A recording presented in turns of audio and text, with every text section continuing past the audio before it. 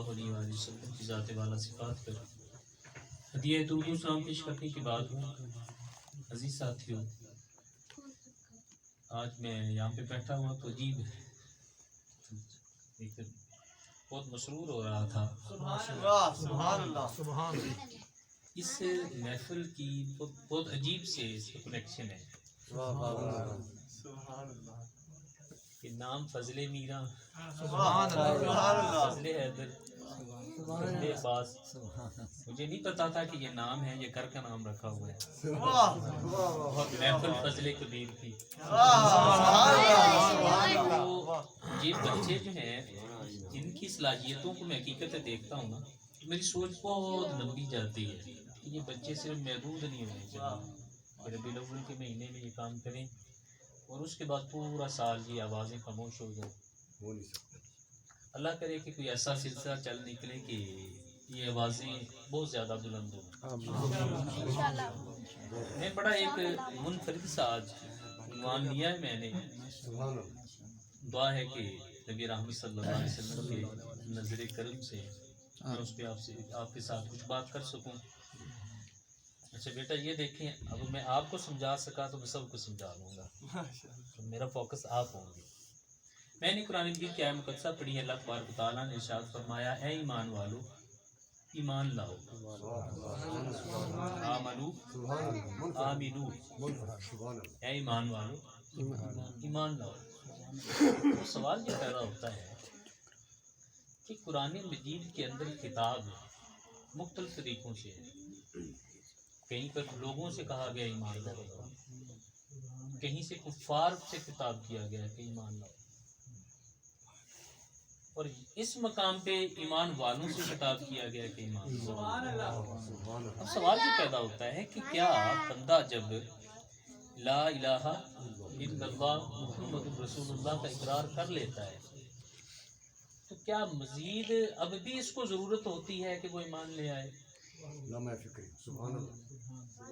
سب سے پہلی یہ اگر سوال آپ کی سمجھ میں آ گیا ہے نا، پھر اگلی وضاحت بھی آپ کی سمجھ میں یقیناً آ جائے گی۔ ایمان والوں سے خطاب ہے کہ ایمان لے آؤ۔ سب سے پہلی چیز کہ ایمان کیا ہے؟ ایمان کیا ہے؟ کیا ایمان علم کا عنوان ہے؟ ایمان کا علم سے تعلق ہے؟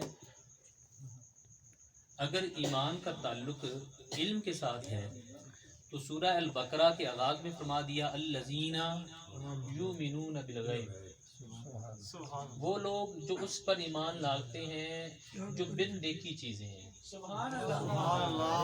علم کا تعلق جاننے سے ہے، علم کا تعلق دیکھنے سے ہے۔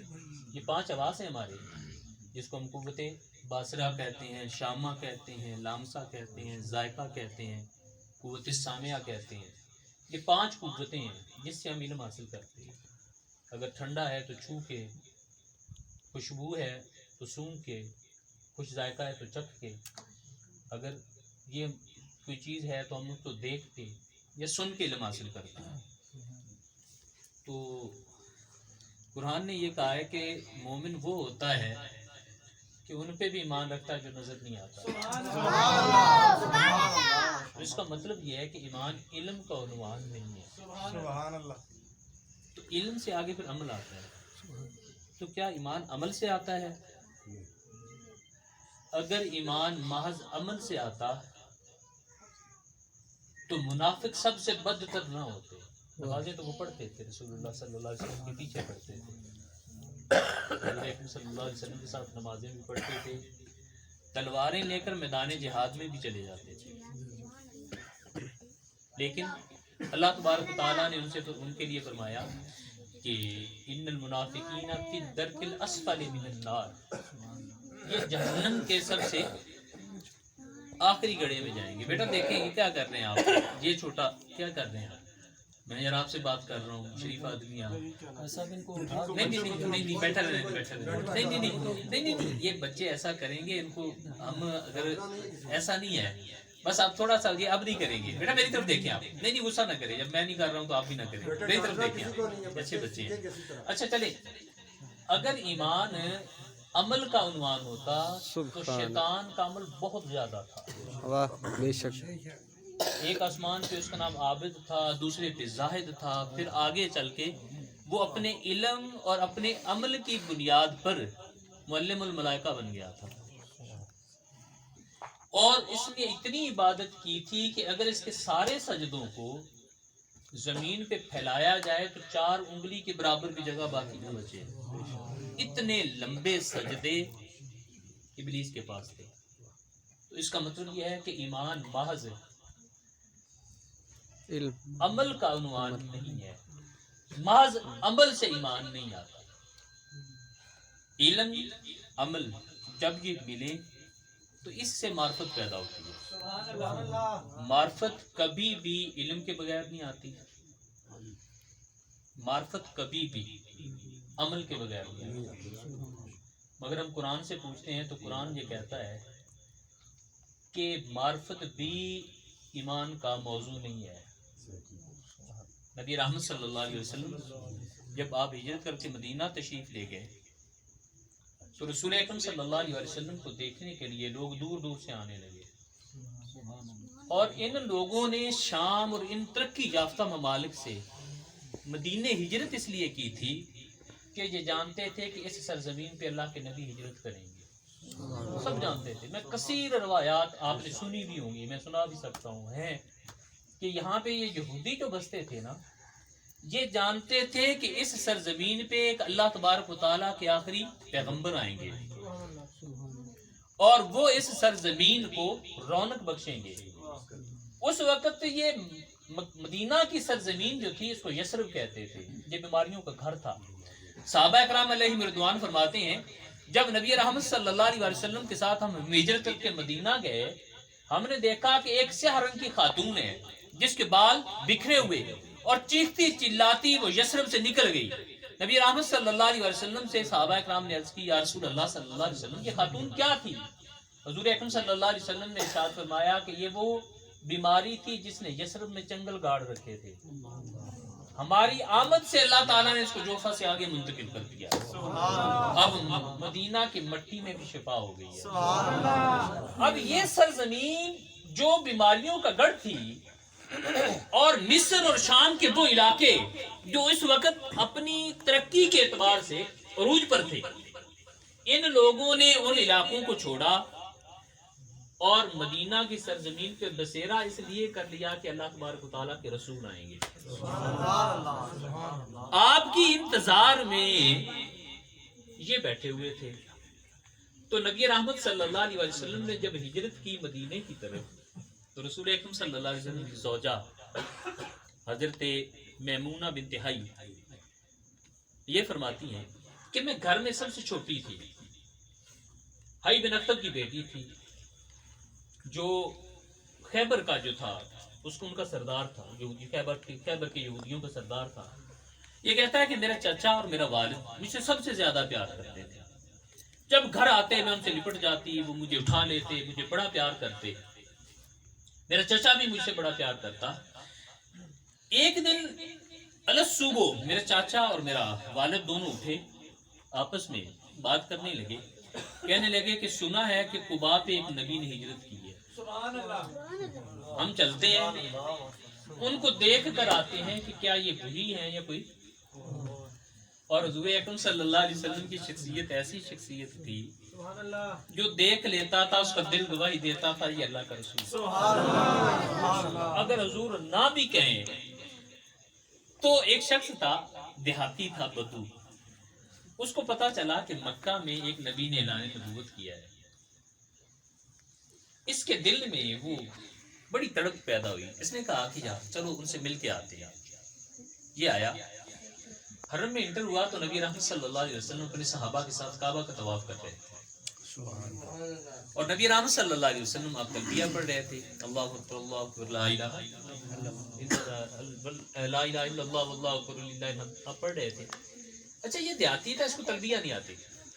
اب اس نے کیا کیا، یہ انتظار کرتا رہا. حضور اکرم صلی اللہ علیہ وسلم آگے نکل گئے، صحابہ پیچھے اور ان کے پیچھے آ گیا. جی اینڈ پہ آ کر اس کو اور کچھ نہیں آتا تھا، یہ کہنے لگا یا کریم یا کریم یا کریم.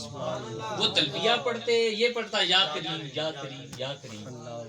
اب ان آوازوں میں ایک نئی آواز شامل ہو گئی، اور حضور اکرم صلی اللہ علیہ وسلم نے یہ بات سنی نا تو صحابہ سے فرمایا کہ جلدی چلو. حضور جلدی چلنے لگے، تیزی سے آئے تو حضور سب سے آگے تھے تو اس کے پیچھے آ گئے. اب یہ سب سے آگے تھا، پیچھے حضور اکرم صلی اللہ علیہ وسلم تھے، پیچھے صحابہ تھے. تو حضور اکرم صلی اللہ علیہ وسلم نے ارشاد فرمایا اب تلبیہ کوئی نہیں پڑھے گا، اب سب یا کریم پڑھو. سب یا کریم، اب سب یا کریم یا کریم یا کریم یہ پڑھنے لگے. جب یہ پڑھتے رہے تو نبی رحمت صلی اللہ علیہ وسلم اور صحابہ پڑھنے لگے تو تھوڑی دیر کے بعد اس نے توجہ کی نا تو اس کو پتہ چل گیا کہ یہ تو نعرہ ہی اور ہے. ان کا اور نعرہ تھا، میرا اور تھا، اب میرا ہی نعرہ گونج رہا ہے. سبحان اللہ. اس کو تھوڑی سی ہیزیٹیشن ہوئی، یہ گھبرا گیا، یہ رک گیا. تو حضور اکرم صلی اللہ علیہ وسلم بھی رک گئے. اس نے پیچھے مڑ کے نبی رحمت صلی اللہ علیہ وسلم کی طرف دیکھا اور دیکھ کر کہنے لگا کہ اگر آپ حسین نہ ہوتے نا تو میں آپ کی ان کو شکایت لگاتا. اگر آپ اتنے حسین نہ ہوتے تو میں تمہاری ان کو شکایت لگاتا. تو حضور اکرم صلی اللہ علیہ وسلم نے ارشاد فرمایا کہ کسے شکایت لگاتا؟ تو یہ کہنے لگا رسول اللہ صلی اللہ علیہ وسلم، میں تمہاری شکایت لگاتا. حضور فرمانے لگے کہ کیا شکایت لگاتا؟ یہ کہنے لگا یا رسول اللہ صلی اللہ علیہ وسلم، جو اس کا انداز تھا یہ تو ہم مخاطب کر رہے ہیں. یہ کہنے لگا میں شکایت یہ لگاتا کہ میں ایک دیہاتی آدمی ہوں، مجھے یہاں کے اصول کا پتہ نہیں ہے، میں تو اپنے رب کو یاد کر رہا تھا اپنے انداز میں اور یہ میری نقلیں اتار رہے ہیں، یہ میری نقلیں اتار رہے ہیں. حضور اکرم صلی اللہ علیہ وسلم نے ارشاد فرمایا کہ دیکھو جس رب کو تم یاد کر رہے ہو ہم بھی اسی کو یاد کر رہے ہیں، بس تیرا انداز ہمیں اچھا لگا تو ہم تیرے ساتھ مل گئے. اس میں تعجب کی بات کیا ہے؟ اور ساتھ ہی نبی رحمت صلی اللہ علیہ وسلم ارشاد فرمانے لگے کہ اگر میں یہ کہوں کہ جن کی تلاش میں تو آیا ہے میں وہی ہوں تو پھر تو یہ بول اٹھا کہنے لگا میں نے آپ کا چہرہ دیکھا تھا تو میرا دل کہتا تھا کہ آپ وہی ہیں.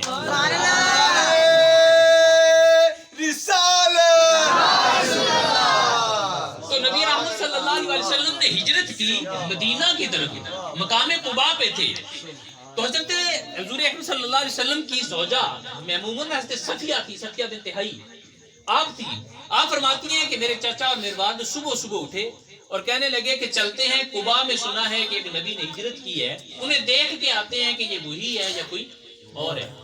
میرے چچا اور میرے والد دونوں صبح صبح چلے گئے اور شام اندھیرا ہو رہا تھا تو واپس لوٹے. جب گھر آئے تو میرا چچا میرے والد سے کہنے لگا کہ ہوا کیا یہ وہی ہے؟ سبحان اللہ. تو میرے والد کہنے لگے خدا کی قسم ہے یہ وہی ہے، مجھے خدا کی قسم ہے یہ وہی ہے. اس نے کہا کہ تو پھر کیا خیال ہے؟ کہنے کس بارے میں؟ کہنے لگے کہ ایمان کے بارے میں. میں کبھی نہیں لوں گا. یہاں پہ قرآن مجید نے کہا یعرفونہ کما یعرفون ابناءہم، محبوب وہ آپ کو ایسے پہچانتے ہیں جیسے اپنی اولاد کو پہچانتے ہیں. تو اگر معرفت بھی ہو تو ایمان نہیں آتا، سبحان اللہ. علم سے ایمان نہیں آتا. اگر علم سے ایمان آتا ہوتا تو اس وقت یورپ علم میں ہم سے آگے ہے، سارا مغرب ہم سے آگے ہے.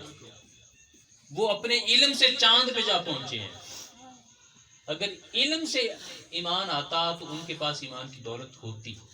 اور اس کو اگر ہم دوسری طرح سے یوں کہہ لیں کہ اگر علم سے ایمان آتا ہوتا تو کوئی جاہل مومن نہ ہوتا، کوئی جاہل مومن نہیں ہوتا. یہاں پر دیکھتے ہیں سلطان العارفین سلطان باہو رحمۃ اللہ علیہ ایک دن کسی ادارے میں پڑھنے نہیں گئے تو سلطان العارفین بن گئے، سلطان العارفین ہو گئے. تو علم سے ایمان نہیں آتا، عمل سے محض ایمان نہیں آتا، اور محض معرفت سے ایمان نہیں آتا. تو پھر ایمان آتا کہاں سے؟ سبحان اللہ. ایمان کیا ہے؟ یہاں پہ ہمارے بزرگ ابو نصر منظور احمد شاہ صاحب جن کے پاس ہم پڑھتے رہے، وہ کہنے لگے کہ مولانا ایک دفعہ میں مدینہ یونیورسٹی گیا، وزٹ کی، تو وہاں پر مجھے بہت سارے ممالک کے اسٹوڈنٹ اکٹھے ہو گئے اور میرے پاس کہنے لگے کہ یا شیخ مل ایمان، شیخ بتاؤ ایمان کیا ہوتا ہے؟ سبحان اللہ. تو باوی فرماتے ہیں میں نے ان کو جواب دیا الایمان یدور حول النبی صلی اللہ علیہ وآلہ وسلم کما یدور مسلم حول الکعبہ. ایمان نبی رحمت صلی اللہ علیہ وآلہ وسلم کے گرد یوں گھومتا ہے جیسے مومن کعبے کے گرد گھومتا ہے. ایمان رسول اکرم صلی اللہ علیہ وآلہ وسلم کے ارد گرد اس طرح سے گھومتا ہے جس طرح سے مومن کعبہ کے گرد گھومتا ہے. اور یہاں پر کسی عاشق نے کہا تھا کہ اللہ کی سرتاب قدم شان ہے یہ. اللہ کی سرتاب قدم شان ہے یہ. انسان نہیں کوئی انسان، وہ انسان ہے یہ. قرآن تو ایمان بتاتا ہے ان کو. ایمان یہ کہتا ہے کہ میری جان ہے. کہ ایمان نبی رحمت صلی اللہ علیہ وسلم کے گرد یوں گھومتا ہے جیسے مومن کعبے کے گرد گھومتا ہے. اور یہاں پر اگلی بات ہے، ایک اور عاشق کی میں نے بات سنی تو بڑی پیاری بات تھی. وہ کہنے لگے ایمان کیا ہے؟ کہتے ایمان اس روشنی کا نام ہے جو چہرہ مصطفیٰ سے نکلے اور مومن کے دل میں اتر جائے. اس کا نام ایمان ہے. نبی رحمت صلی اللہ علیہ وسلم آپ ایک غزوہ میں تھے، جنگ ہو رہی تھی.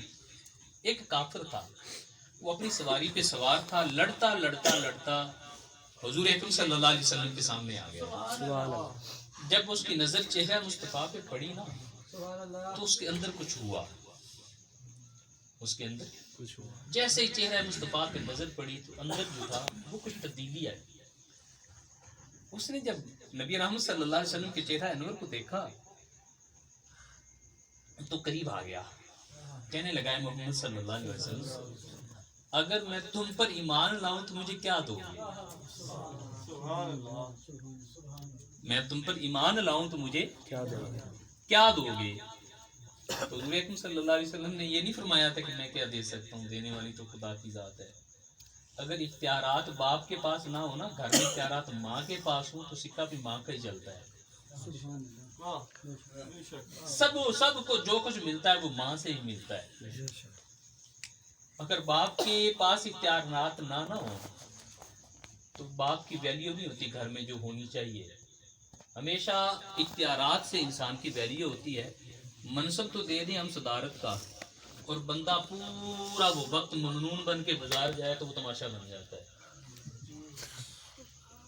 اگرچہ جس منصب پہ آپ ہیں منصب ملا اور اختیارات نہ ملے، چاہے آپ کی دولت کی ریل پہ لو، مگر عزت تو اللہ تعالیٰ فرمائے زمین میں میرا محبوب میرا خلیفہ ہے اور اختیارات نہ دے، یہ ممکن کیسے ہے؟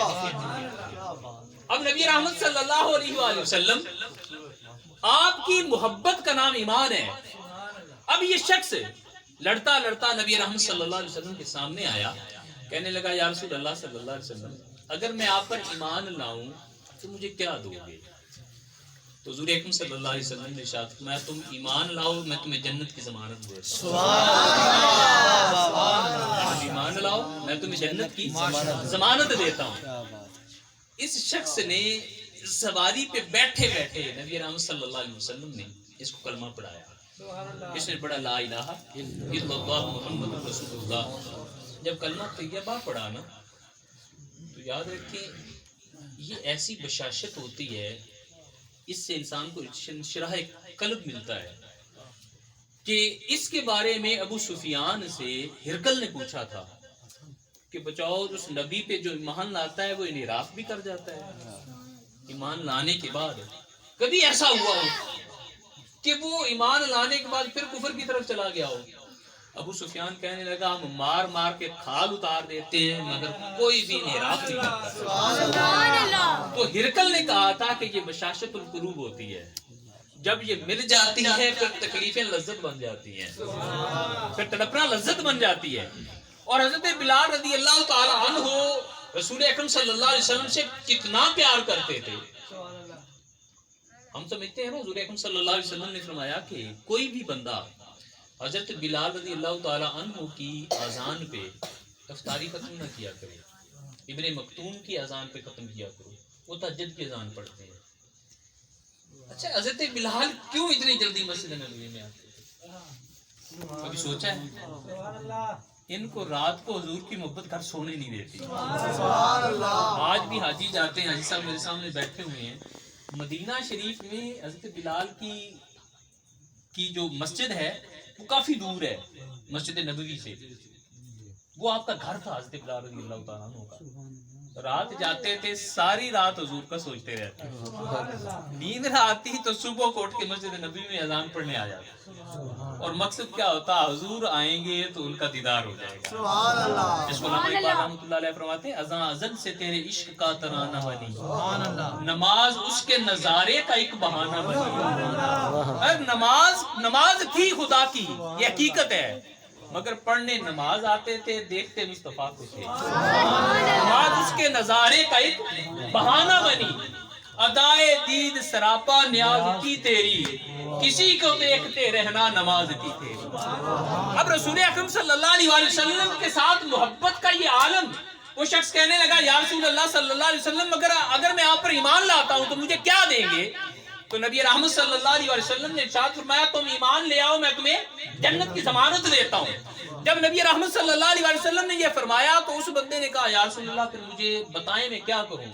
تو نبی رحمت صلی اللہ علیہ وسلم نے فرمایا کلمہ توحید پڑھو، لا الہ الا اللہ محمد رسول اللہ، یہ پڑھو. اس شخص نے یہ کلمہ پڑھا.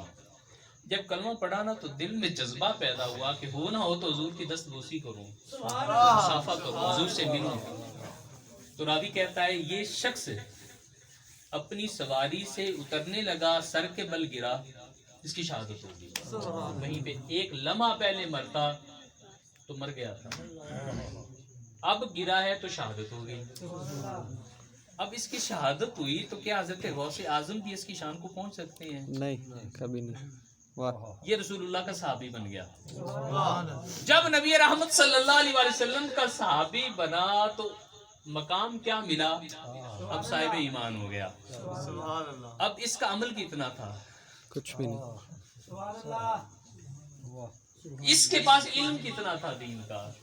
این ممکن ہے کہ ایک بار حضور صلی اللہ علیہ وسلم نے کلمہ پڑھایا ہے، ہو سکتا ہے دوسری بار شاید نہ پڑھ سکتا، اتنی پریکٹس تو تھی نہیں. لیکن رسول اللہ سے محبت نے مقام کیا دے دیا کہ آسمانوں کا ستارہ بنا دیا. اصحابی کا نجوم یہی مقتدی تو میرے سب صحابہ آسمان کے ستارے ہیں. تم جس کے پیچھے چلو گے وہ تمہیں رہنمائی جنت تک لے کے جائے گے. اب یہ صحابی بن گیا. تو ایمان کس چیز کا نام ہے؟ ایمان محبت رسول کا نام ہے. حضور اکرم صلی اللہ علیہ وسلم کے ساتھ عشق کا نام ہے. رسول اکرم صلی اللہ علیہ وسلم کی محبت میں فنائے تام کا نام ہے.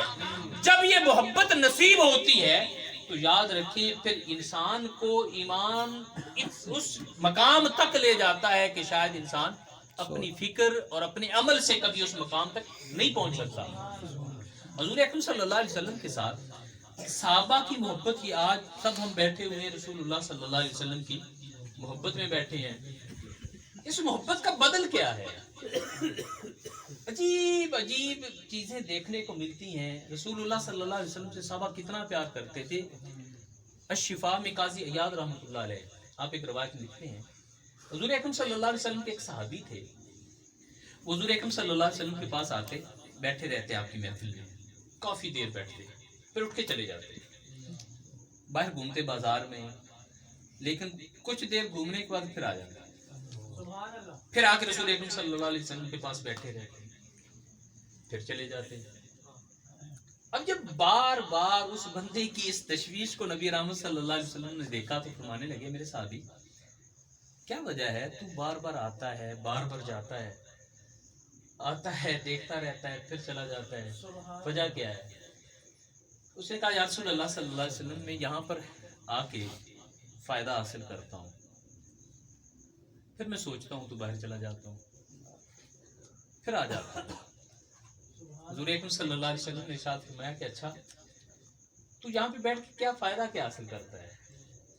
کہنے لگے یا رسول اللہ صلی اللہ علیہ وسلم میں آپ کو کے پاس بیٹھتا ہوں تو آپ کے کو دیکھ کر مجھے سکون ملتا ہے، آپ کو دیکھتا ہوں تو مجھے سکون ملتا ہے. اور جب کافی دیر گزر جاتی ہے نا تو میں سوچتا ہوں کہ کہیں حضور کو یہ میرا بیٹھنا برا ہی نہ لگے. سب لوگ آ رہے ہوتے ہیں اور میں دیر تک بیٹھتا ہوں تو میں یہ سوچ کے چلا جاتا ہوں کہ حضور ناراض ہی نہ ہو جائیں. یہ سوچ کے خود باہر چلا جاتا ہوں. جب باہر جاتا ہوں تو آپ کی یاد ستاتی ہے, میں پھر آ جاتا ہوں, پھر آ جاتا ہوں, پھر بیٹھا رہتا ہوں اور پھر سوچتا ہوں کہ کہیں حضور کو یہ میری بات اچھی نہ لگے, یہ نہ ہو کہ حضور کو پسند ہی نہ ہو. پھر یہ سوچ کے باہر چلا جاتا ہوں. سارا دن میری یہ کشمکش رہتی ہے. پھر میں آ جاتا ہوں اور پھر میں مزید یہ سوچتا ہوں کہ یا رسول اللہ صلی اللہ علیہ وسلم اب تو میں جاتا ہوں, صبح ہو جاتی ہے, آپ سے ملنے آ جاتا ہوں. میں سوچتا ہوں کہ یا رسول اللہ اگر میں مر گیا تو آپ کے بغیر قبر میں کیسے رہوں گا. اگر میں مر گیا تو آپ کے بغیر قبر میں کیسے رہوں گا. اور یا رسول اللہ صلی اللہ علیہ وسلم اگر آپ کا وصال ہو گیا تو میں زندہ کیسے رہوں گا. اور اس سے اگلی بات یہ صحابی فرماتے ہیں کہ میں نے کہا یا رسول اللہ صلی اللہ علیہ وسلم اس سے اگلی بات تو میری جان ہی نکال دیتی ہے. حضور اکرم صلی اللہ علیہ وسلم نے ارشاد فرمایا کہ کیا یا رسول اللہ صلی اللہ علیہ وسلم جب سب لوگ جنت میں چلے جائیں گے تو آپ تو نبیوں کے امام ہیں, پتہ نہیں آپ کا کون سا مقام ہوگا, ہم تو تصور بھی نہیں کر سکتے. اور ہم جیسے لوگ بہت نیچے پڑے ہوں گے تو یا رسول اللہ اللہ کی جنت میں آپ کے بغیر کون رہے گا. اور وہ کامران صاحب شعر پڑھتے ہوتے ہیں, واہ کیا جود و کرم ہے شاہ فتح تیرا, نہیں سنتا ہی نہیں مانگنے والا تیرا. اب سرکار کی بارگاہ وہ بارگاہ ہے کہ یہاں نہیں والی بات ہی نہیں ہے. منگتے خالی ہاتھ نہ لوٹیں, کتنی ملی خیرات نہ پوچھو. ان کا کرم تو ان کا کرم ہے, ان کے کرم کی بات نہ پوچھو. اب نبی رحمت صلی اللہ علیہ وسلم کے پاس ایک دفعہ حاتم طائی کا بیٹا مطلب پوتا بیٹھا ہوا تھا, عدی بن حاتم. حضرت امام حسن رضی اللہ تعالیٰ عنہ سے بات ہو گئی تو کہنے لگے, حضرت امام حسین رضی اللہ تعالیٰ عنہ سے بات ہو گئی, کہنے لگے کہ میرا نانا بڑا سخی تھا. وہ جہاں پر میرا دادا بڑا سخی تھا, جس کمرے میں بیٹھ کے وہ خیرات کرتا تھا نا اس کے 4 دروازے تھے. اگر کوئی فقیر 4 دروازوں سے آتا نہ تھا تو اس کو یاد نہیں دلاتا تھا کہ تو پہلے بھی لے کے گیا. ہر دروازے سے فقیر آتا تھا تو ہر دروازے سے اس کو خیرات ملتی تھی. امام حسین فرمانے لگے کہ بس اتنا ہی سخی تھا تیرا دادا. کہنے لگے میرا نانا اتنا سخی تھا کہ جو ایک بار آتا تھا پھر آگے نسلیں غنی ہو جاتی اور کسی در پہ جانے کی اس کو ضرورت نہیں رہتی, بلکہ وہ لوگوں کو غنی کرنے لگ جاتا تھا. اب یہ شخص نبی رحمت صلی اللہ علیہ وسلم سے اپنی محبت کا اظہار کر رہا ہے تو صاف ظاہر ہے یہ ان لوگوں میں نہیں تھا جو رسول اکرم صلی اللہ علیہ وسلم سے بہت قریب تھے, جو ہر وقت رسول اکرم صلی اللہ علیہ وسلم کی مجلس میں رہتے تھے, حضور اکرم صلی اللہ علیہ وسلم کی نظر میں رہتے تھے. یہ ان میں سے نہیں تھا. یہ تھا بے لوث محبت کرنے والا. جب نبی رحمت صلی اللہ علیہ وسلم نے یہ بات سنی تو حضور اکرم صلی اللہ علیہ وسلم نے چہرہ انور کو جھکا دیا. اور جب رسول اکرم صلی اللہ علیہ وسلم نے چہرہ انور جھکایا تو اللہ تبارک و تعالیٰ نے جبرائیل علیہ السلام کو بھیجا کہ جبرائیل جاؤ, آج میرے محبوب کے ایک محب نے, چاہنے والے نے, ایک یار نے اپنے جذبات کا اظہار کیا ہے, ہمارا کلام لے کر جاؤ. یہاں پہ یہ آیہ مقدسہ ہوتی تھی انعم اللہ من النبیین والصدیقین والشہداء والصالحین, کہ تم اگر انبیاء سے محبت کرو گے تو قیامت کے دن انبیاء کے ساتھ رہو گے. انعم اللہ من النبیین, نبیوں سے محبت کرو گے تو ان کے ساتھ رہو گے. والصدیقین, اگر ابو بکر سے محبت کرو گے تو صدیقوں کے ساتھ رہو گے. والشہداء, امام حسین سیدنا علی المرتضی شہداء سے محبت کرو گے تو شہیدوں کے ساتھ رہو گے. والصالحین, اگر اولیاء سے محبت کرو گے تو ولیوں کے ساتھ رہو گے. وحسن اولئک رفیقا, اللہ تعالیٰ نے ارشاد فرمایا کہ میری بارگاہ کی سب سے بڑی یہ 4 سنگتیں ہیں جن میں پہلے نمبر پہ انبیاء آئیں گے, دوسرے نمبر پہ صدیقین آئیں گے, تیسرے نمبر پہ شہداء آئیں گے, اور چوتھے نمبر پر اولیاء آئیں گے, اور خوش نصیبی کی بات یہ ہے کہ یہ چاروں ہمارے ہیں، یہ چاروں ہمارے پاس ہیں۔ سبحان اللہ۔ کوئی آ کر انبیاء پہ یہاں پہ بکھر جاتا ہے، انسانوں میں انبیاء سے نکلے تو کوئی صدیقین پہ بکھر جاتا ہے، صدیقین سے نکلے تو کوئی علی المرتضیٰ پہ آ کے بکھر جاتا ہے، اور کوئی یہاں سے نکل بھی جائے تو اولیاء پہ بکھر جاتا ہے۔ یہ چار سنگتیں قرآن کہتا ہے یہ عظیم سنگتیں ہیں۔ فرمایا کہ جس سے تم محبت کرتے ہو، مگر یاد رکھیں لوگ تو انبیاء سے بھی محبت کرتے ہیں، ابو بکر صدیق سے محبت کرتے ہیں، شہداء سے محبت کرتے ہیں، اولیاء سے بھی سب سے زیادہ محبت سب سے لوگ کرتے ہیں، تو پھر کیا ہوگا؟ مگر یاد رکھیں بندے کا ایک جذباتی تعلق کسی کے ایمان سب پہ ہوتا ہے، جذباتی کسی ایک سے ہوتا ہے، بس جس سے جذباتی تعلق ہوگا اسی صف میں چلا جائے گا۔ اس شخص نے کہا یا رسول اللہ صلی اللہ علیہ وسلم اللہ کی جنت میں آپ کے بغیر کون رہے گا؟ جب نبی رحمت صلی اللہ علیہ وسلم نے اس کی بات سنی، یہ آیات کا نزول ہو گیا، حضرت انس بن مالک رضی اللہ تعالیٰ عنہ آپ فرماتے ہیں نبی رحمت صلی اللہ علیہ وسلم کے محفل میں میں بھی بیٹھا ہوا تھا، حضور اکرم صلی اللہ علیہ وسلم نے چہرہ انور اٹھایا، اور حضور جب بہت مسرور ہوتے تھے تو صحابہ اکرام فرماتے ہیں حضور کے چہرے پہ اتنی روشنی ہوتی تھی گویا یہاں پہ سورج طلوع ہو رہا ہے، حضور مسرور تھے، اور چہرہ انور اٹھا کے اس صحابی کی طرف اشارہ کیا، میرے صحابی المرء مع من احبا، بندہ جنت میں اس کے ساتھ ہوگا جس کے ساتھ محبت کرتا ہے، اور اس کی طرف اشارہ کر کے فرمایا انتا مع من احببتا، اور تو اس کے ساتھ ہوگا جس سے تو محبت کرتا ہے۔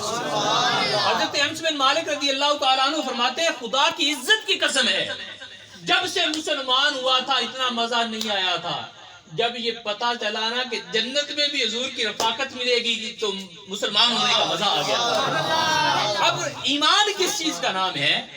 ایمان نبی رحمت صلی اللہ علیہ وسلم کی محبت کا نام ہے۔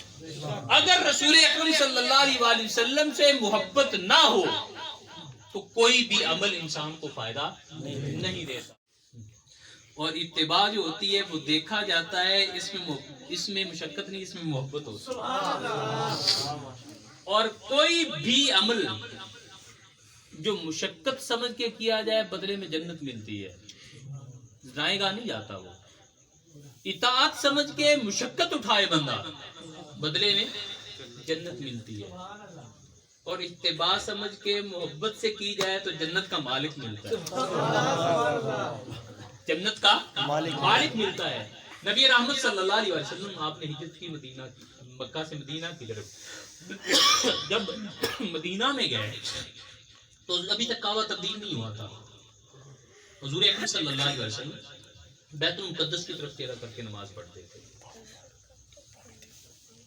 جب وہاں پہ گئے تو یہودیوں کا قبلہ بھی بیت المقدس تھا، انہوں نے اعتراض کیے کہ کہتا ہے کہ میری اپنی شریعت ہے، شریعت اپنی بتاتا ہے، اور ہمارے قبلے کی طرف چہرہ کر کے نمازیں مسلمان پڑھتے ہیں، انہوں نے تانے دینے شروع کر دیے۔ اب نبی رحمت صلی اللہ علیہ وسلم آپ کو جب یہ خبر ہوئی نا تو حضور نے دل میں خواہش کی کہ مولا یہ قبلہ بدل جائے اور ہمارا قبلہ کعبہ ہو جائے۔ اب تھا اس طرح سے کہ حضور جب مکہ میں تھے تو اس طرح سے کھڑے ہوتے کہ کعبہ بھی سامنے رہتا اور چہرہ بیت المقدس کی طرف بھی رہتا۔ جب نبی رحمت صلی اللہ علیہ وسلم آپ مدینے گئے تو کعبہ جو تھا وہ ادھر رہ گیا اور بیت المقدس ادھر تھا، چہرہ ادھر کرتے ہیں تو پشت ادھر ہوتی ہے، اگر چہرہ ادھر کرتے ہیں تو پشت، یہ ممکن نہ رہا۔ تو حضور اکرم صلی اللہ علیہ وسلم نے 17 مہینے اپنا چہرہ بیت المقدس کی طرف کر لیا، اور جس کعبے کو سب لوگ سجدے کیا کرتے تھے، جس کو وہ اپنے ایمان کا محور و مرکز سمجھتے تھے، اس طرف پشت کر لی۔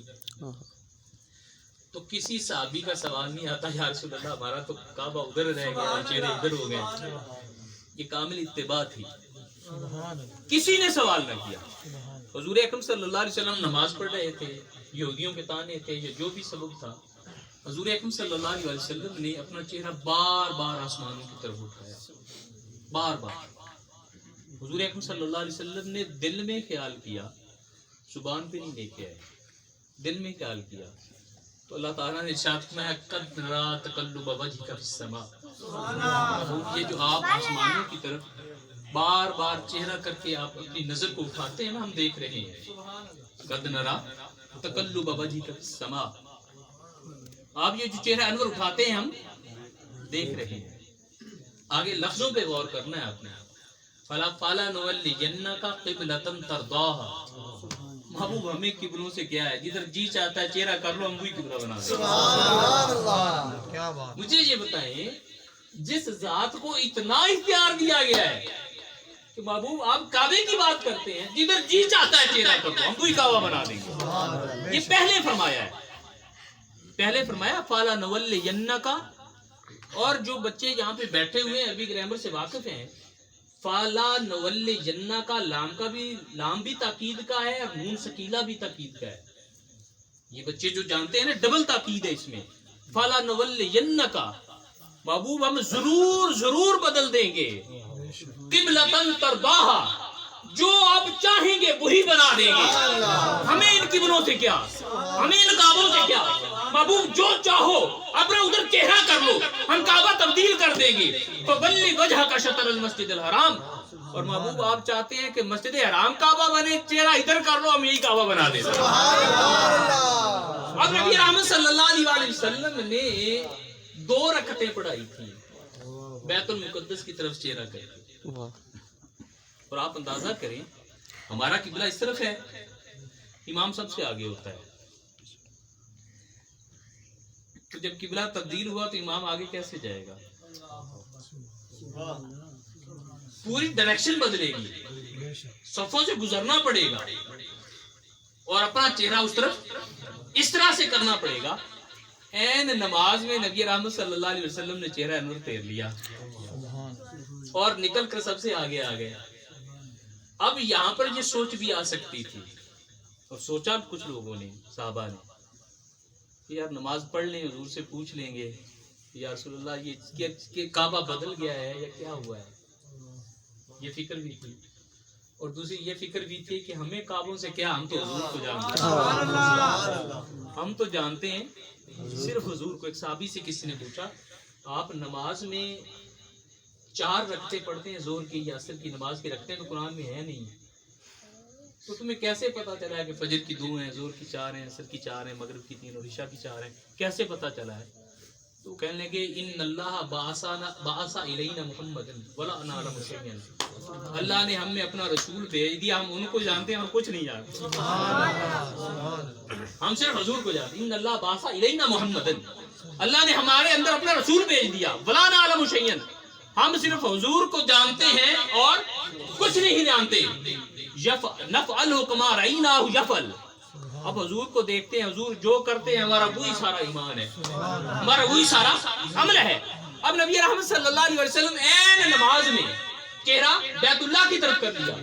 جب چہرہ انور بیت اللہ کی طرف کیا تو 10 صحابہ فوراً پھر گئے، بغیر سوال کے فوراً انہوں نے چہرہ انور پھیر لیا حضور کے پیچھے بغیر کسی فکر کے.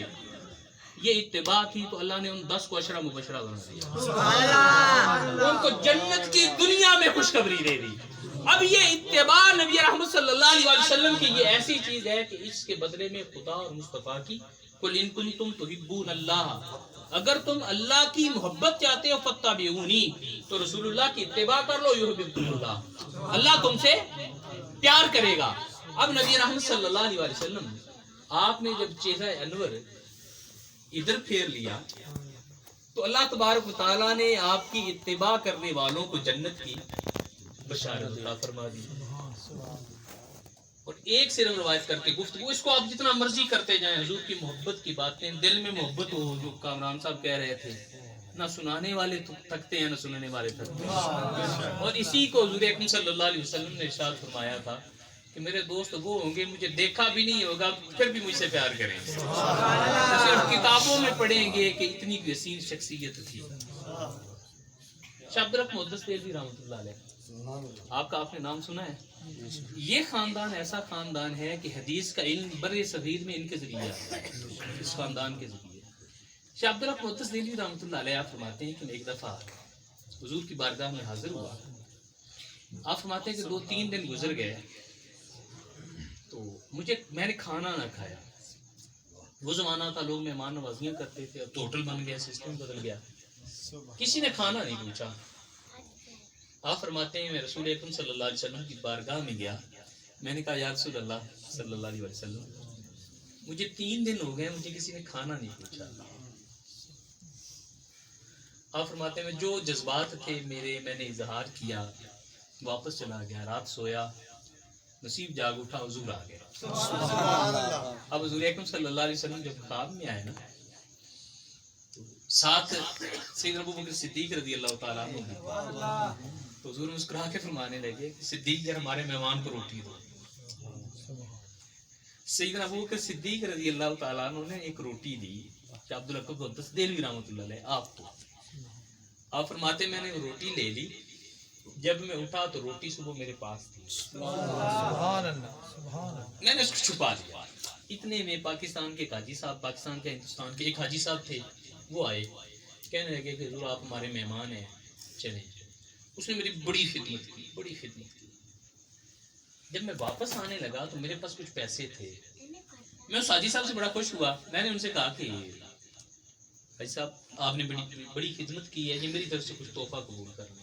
حاجی صاحب کہنے لگے کہ مجھے اس کی ضرورت نہیں ہے، مجھے اللہ نے بہت کچھ دیا ہے، آپ اس کو رکھ لیں. آپ فرماتے میں نے بڑی اصرار کیا.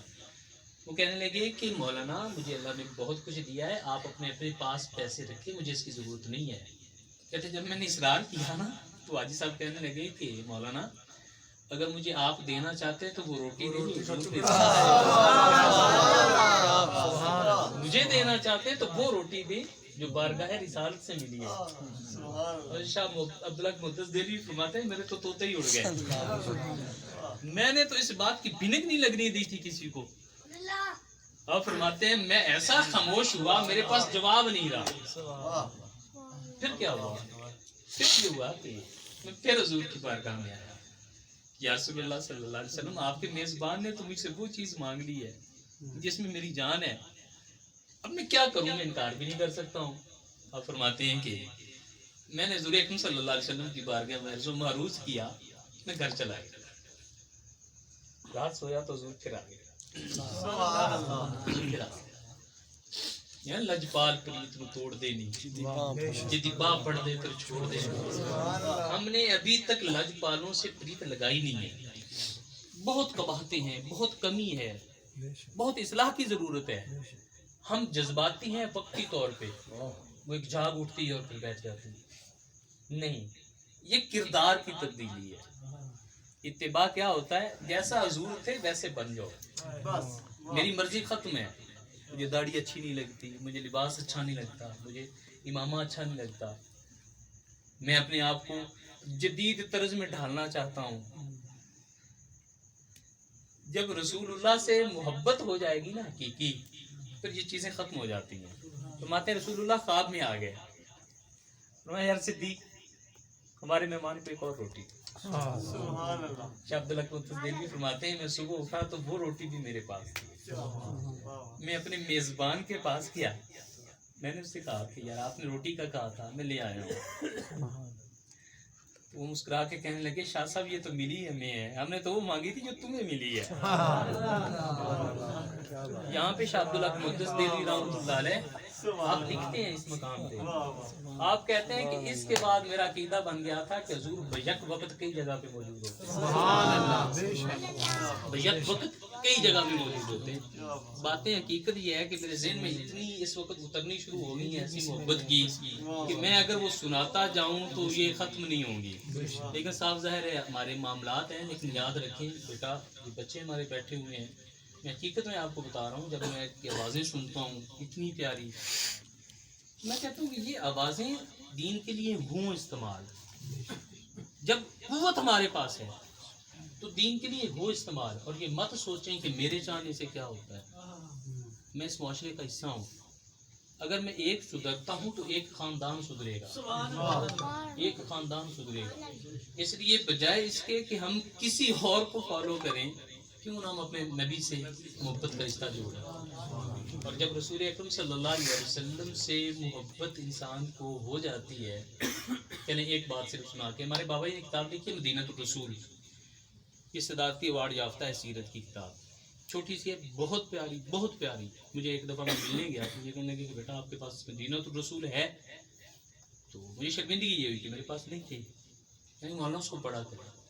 اس میں نا ایک واقعہ لکھتے ہیں بابا جی، کہتے ہیں میرے پاس ایک کراچی کے حاجی صاحب آئے، حاجی اسماعیل صاحب. مجھے کہنے لگے کہ میں مدینہ منورہ گیا تو ایک بلی میرے پاس آتی، میں اس کو دودھ پلاتا، اس کو مطلب ہے گوشت کھلاتا، اس سے مجھے بڑی انس ہو گیا اس بلی سے. وہ بلی کو بھی بڑا پیار ہو گیا. آپ کہتے ہیں کہ ہوا اس طرح سے، جب میں آنے لگا نا تو میں نے سوچا ہو نہ ہو تو بلی کو ساتھ لے جاؤں. میں نے پنجرا تیار کیا اور تیار کر کے صبح واپسی کی فلائٹ تھی، تو میں نے کہا کہ کل جو ہے نا بلی کو میں پنجرے میں جب آئے گی تو رکھ لوں گا تو پاکستان لے جاؤں گا.